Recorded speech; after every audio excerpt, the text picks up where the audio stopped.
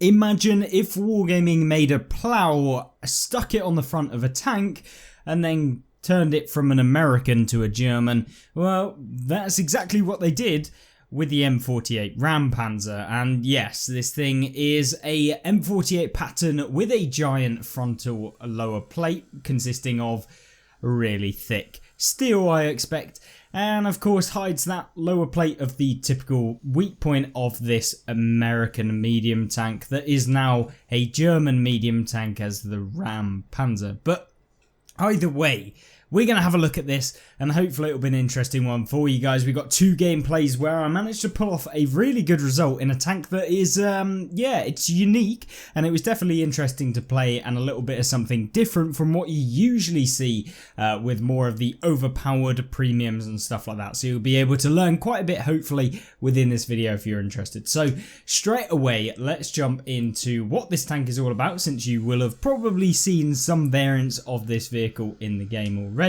as I believe we actually have two different variants. There's like a Minotaur, I believe, something like that. I'm sure it's somewhere here.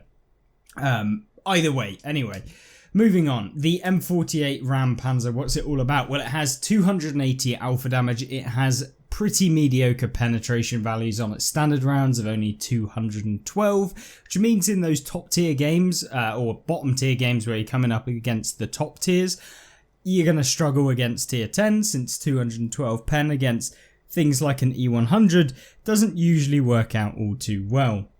But with the equipment that we're setting the tank up with, and of course with a few premium rounds, yeah, just a few, we can make this tank work, because unfortunately it is a bit of a premium round slinger, since if you want to be competitive, it's basically just better in every way, unfortunately. But either way, we've set up this tank as this is a pretty slow vehicle with all of the boost to the speed, because although this tank is supposed to be a plough, it does not necessarily go as fast as you'd expect, but it is really fun when you do get this thing working as intended with that frontal armor, and of course if you do manage to ram into someone, it's quite nice. But with the advanced powertrain and traction system that we're running in this, we are boosting up the max speed by 15%, but most importantly, we're boosting the chassis and whole rotation speed and the horsepower to allow us to actually get up to top speed, maintain the top speed, and just basically mobilize around the map. Because although it says you can go 46 kilometers an hour, because of the power to weight ratio of this vehicle being pretty low, I mean it's 13, which is not particularly amazing considering all of the things we've done to improve it.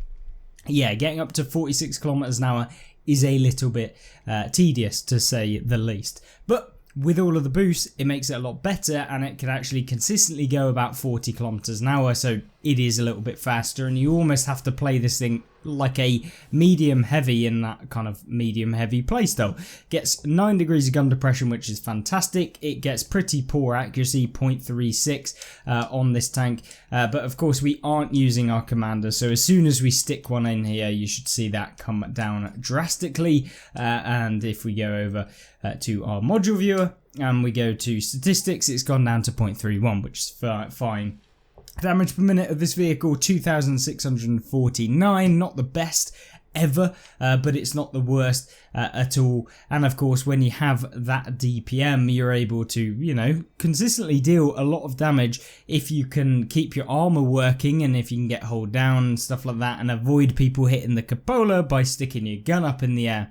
Yeah, there is plenty that you can make this tank work. Gets a 50% silver bonus as well, which is nice, but of course probably not the best one for earning silver, as you're having to fire quite a lot of premium to make this tank work at the top level. Of course, if you're not wanting to lose credits every game, or not even lose credits, but if you're wanting to make a decent amount of credits, obviously you got Cold War, and there's a lot better premiums for that. But this one is all about having that frontal thick plate, and I guess we'll jump into the gameplay now where you can see a little bit better. Now then, the first game that we do have is on Lakeville, which is not a bad map whatsoever. And in fact, one of the ones that I always enjoy kind of playing in whatever kind of tank you get into. For a heavy, you've got a little bit of something that you can do. If you're a medium, you've got something. And of course, if you're a light tank, you've got a little bit, probably less so on console than you do on PC, which is unfortunate. But at the end of the day, yeah, I mean, light tanks kind of get shafted on a lot of games. But what we do here is we manage to find a little pesky charioteer who's sat out in the open. And yeah, he's getting punished quite hard. And the players seem to never learn to actually not do this and actually cross out in the open. You should always go right to the back on the A line. So A1, 2, 3, blah, blah, blah, all the way to 0 to get into the town. Not do what you're seeing all of these tanks do, which is try and cross next to the river or the lake in the middle. So yeah, just avoid doing what this 45 TP is doing, and you can literally remain safe from 99% of people. And also, when you are crossing in the A line, the only people that can actually see you in the game are people like the light tank on our team that you can see in the middle. And that's only because he's pushed up so far. All of the rest of the people won't be able to see you. So that's just a word of advice to anyone watching this video that didn't already know. Please do not cross when you're going into the town like you saw with those guys. Now, the AMX 12T is probably regretting his life choices here as he's pushed up way too far. And yeah, it's not going to end up very well for him as he goes straight back to the garage. We find ourselves a little CS44 who's sat by the building and probably regretting his life choices as well. He's still going to be there, so we'll get a free shot of damage into him when he goes undetected, because people don't move, remember. You just remain undetected. Now the CS is of course now a one shot. We've got a light tank that's also looking pretty weak, and we've also got a little Batchat 12T who's crossing to try and go over into the town, which is a bit strange since there's not really anyone on this team over there other than the Trailblazer, but I guess, you know, they're trying to make it work. But unfortunately for them, we managed to get a little bit of damage extra on these two, and then with the Trailblazer moving in towards our teammate, we can get one more on him, and then it's just time to push towards the opponents, because when you are playing in tanks like this, you want to be pushing kind of first, and you want to make sure that you do preemptively move, otherwise you're going to find yourself in a bit of a pickle when you're having to yeah, try and move later on in the game, and often you just won't be able to move quick enough. Now, we managed to come up against all of the boys from the back, which is always good, and we can catch them off guard, which obviously they're not looking, so we can get free damage. And you can see here getting a little bit lucky on the move here against the SMV. And of course he now tries to turn for us. We're going for that track, and of course it goes flying off to the right. He fires, but he has a decently long intricate reload, so we go for one in the lower plate. He's still looking the wrong way, and then we can just get a free one into the side of him, which does actually manage to pen, and we pick up 4,083 damage in this little beauty.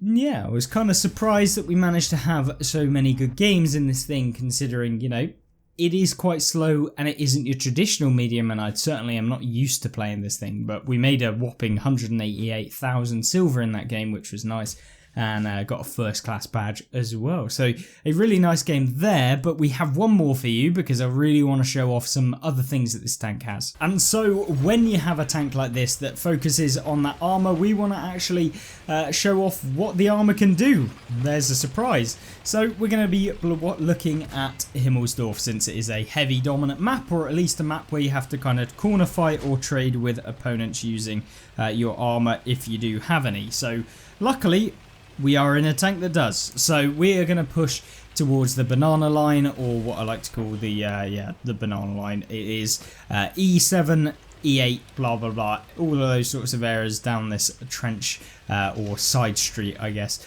And essentially we're going to get a little bit lucky against the Falcon, managing to hit him on the move, which is always good. You should always go for these sorts of shots when you are basically not going to be able to shoot within the next couple of seconds. It's something that you should always be trying to aim for. Now, the enemy Banana Buster's having trouble because I think one of his teammates sat right behind him, avoiding him from being able to sit back. And then the enemy Diamondback makes a bit of a Chad play, trying to move forward and get into position to farm us up. But yeah, we're not complete bots, and apparently they can't hit anything. So we're going to go for that lower plate. Of course, it aims into the bottom. We put a gun in the air to try and hide that cupola. We see that the Diamondback has a little cupola on the top of his tank, so we're going to go for that. and then with 1,000 damage done, we are going to go to try and deal a bit of damage to this Banana Buster, who I forgot seems to have spaced armor on that lower plate, which is always good. Of course, the weak point of the Banana Buster is actually the turret, where you go for the kind of cupolas again.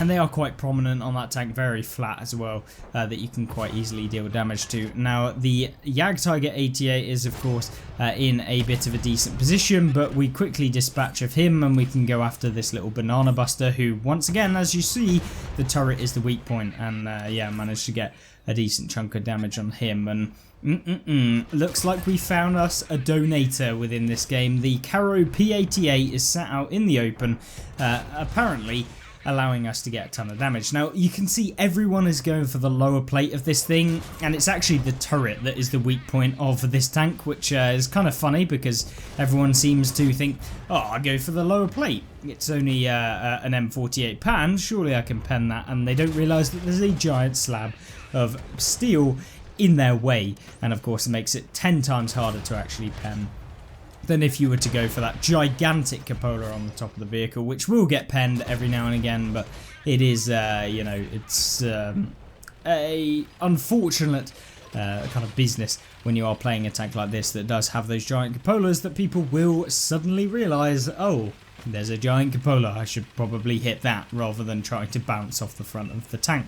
But with 4 kills down within this game, you can see how quickly we're just rinsing through games, and I was surprised how quickly we actually went through the games in today's video, since we were essentially just playing this thing for about 4 or 5 games. I've played it before, and I kind of enjoyed it a little bit because it was something a little bit different, and I highly recommend you guys see what this tank is all about for yourselves. And hopefully Wargaming will introduce some form of way where we can kind of rent tanks and you guys can actually play some of the tanks that I'm showcasing. If you don't want to actually have to buy it, and you can, you know, you can rent a tank if you think it looks like your kind of playstyle. And if you have any questions, just leave them in the comments. If you want to know if there are any alternate setups that you can use with a tank like this, if I would recommend any crews or whatever, just leave them in the comment section down below. And once again, if you've enjoyed this video, just hit that like button and let me know what you would like to see next in the videos. But other than that, I hope you have a fantastic rest of the day, and if you want to watch some more, there should be some on screen where you can have a look. Other than that, I'll see you there. Goodbye.